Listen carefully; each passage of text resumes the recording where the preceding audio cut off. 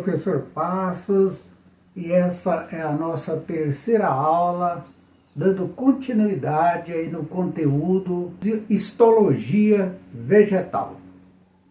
Então, como eu venho falando na primeira e na segunda aula, então nesta terceira aula, esclarecer melhor para vocês aquilo que nós já comentamos. Então eu fiz aqui alguns desenhos e eu, como sou assim um cara que tem uma capacidade de desenhar incrível, então eu quero convidar vocês para que não atentem ao desenho, mas assim pelo que eu vou tentar explicar através desses desenhos.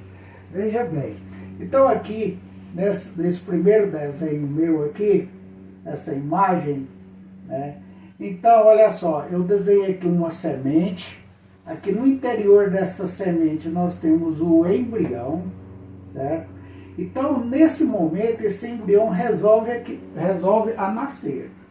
Então, nesse momento aqui, ainda aqui na semente, começa então a ação das células embrionárias. Elas começam a se multiplicar, então, proporcionando assim o surgimento então deste embrião. Então aqui agora essa plântula que está aqui, olha, tá vendo ela aqui? Eu trouxe ela para cá. Aqui, veja bem, vai estar iniciando todo o crescimento primário dessa planta. Então vai estar atuando aqui as células que a gente chama de meristema primário, né? Que vai dar início à formação. Veja bem que nesse momento aqui, a gente tem algumas partes do sistema radicular, muito pequeno, né? Bem fininho e tal. Olha aqui vamos chamar de caule, né? Inicial também, muito fininho, né? Muito flexível. Na ponta desse caule a gente vai encontrar pequenas folhas, formação de folhas, né? Então aqui está atuando estas células, né? Que agora nós chamamos de células indefinidas. Elas têm como função de multiplicar, formando o crescimento, né? Então esse caulezinho vai ganhando altura, vai ganhando, as folhinhas começam a aparecer e tal, o sistema radicular também começa a se formar. Então acontece que ao mesmo tempo em que ela começa a ganhar, né, a altura, que a gente chama de crescimento apical e crescimento radicular, tá certo? Ela também já precisa começar a formar algumas estruturas, fazer com que esse caule, que é antiflexível, ele tenha uma certa rigidez para que ele possa manter-se na posição vertical. Então, olha só, aqui vai começar então a formação, né, vasos condutores, né? Então, essas estruturas vai fornecer então uma certa resistência a esse caule. Então, aqui nesse momento está atuando as células indefinidas. Agora eu represento aqui para vocês uma estrutura dessa célula indefinida. E quero falar sobre as características destas células indefinidas. Que aqui tem a função de promover crescimento. Veja bem, então se vocês observarem aqui, olha só, essas células aqui, elas vão apresentar uma parede celular bastante fina. Vai apresentar aqui no centro dela um núcleo bem grande, com grande quantidade de material genético. Vai apresentar aqui também alguns vacúolos, né, pequenos. Então olha só, nesse momento, por que essa célula ela tem essas características? Porque veja bem, aqui essas células estão, como eu já disse, multiplicando assim numa intensidade tão grande que elas não vão conseguir o quê? Formar uma estrutura celular mais resistente, mais grossa, né? Bem como o núcleo também, né? Ele precisa ser bastante grande, com bastante material genético, para que então essa célula tenha condições de produzir novas células, e essas novas células também carreguem o material genético desta célula originária. E os vacúolos são pequenos também em função dessa frenética multiplicação que ela passa nesse momento. Então ela não tem tempo de ter paredes celulares espessas, ela também não tem tempo para armazenamento de grande quantidade de água. Muito bem, então esta é a célula indefinida. Nesse momento, a planta saiu de um embrião, ela teve um início de desenvolvimento, ela desenvolveu, ela precisa o quê?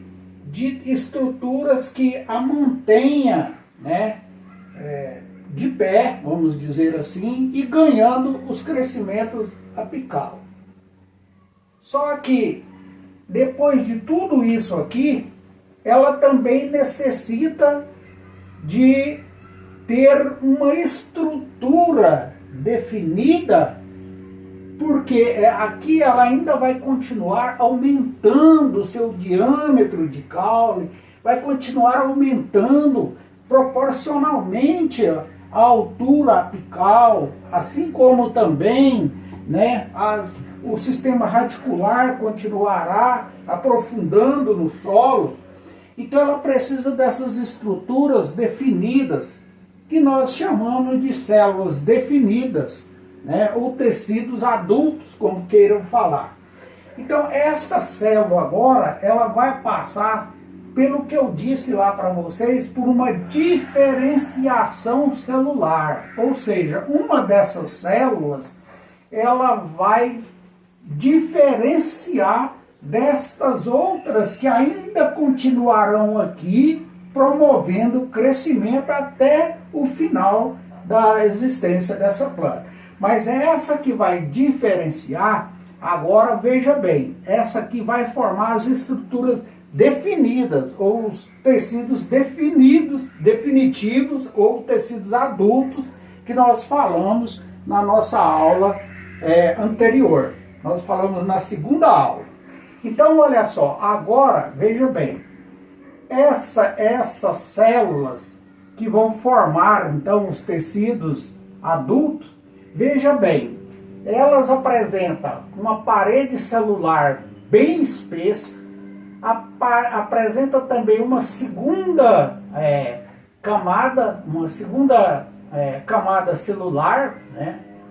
Agora observem aqui, aqui o núcleo, olha, o núcleo é pequeno, com pequena quantidade de material genético. Aqui o núcleo pequeno, aqui o núcleo era bem grande, aqui os vacúolos são grandes, enormes, aqui os vacúolos são bem pequenos, não é mesmo? Por que isso aqui agora? Porque depois desse processo de diferenciação celular, então estas células, elas vão formar, né, os tecidos adultos, e que esses tecidos adultos vão dividir em tecidos de preenchimento e tecidos de sustentação.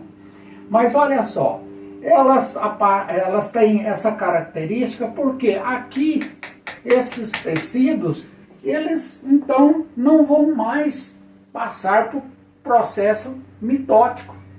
As células não vão mais se multiplicar, né, porque ela definiu. Então ali É assim, cada uma tem a sua função, vai desempenhar a sua função e pronto. Então ela não precisa de material genético para diferenciar, é só mesmo para se manter, e ela vai precisar de uma grande quantidade de água, para que então essa planta possa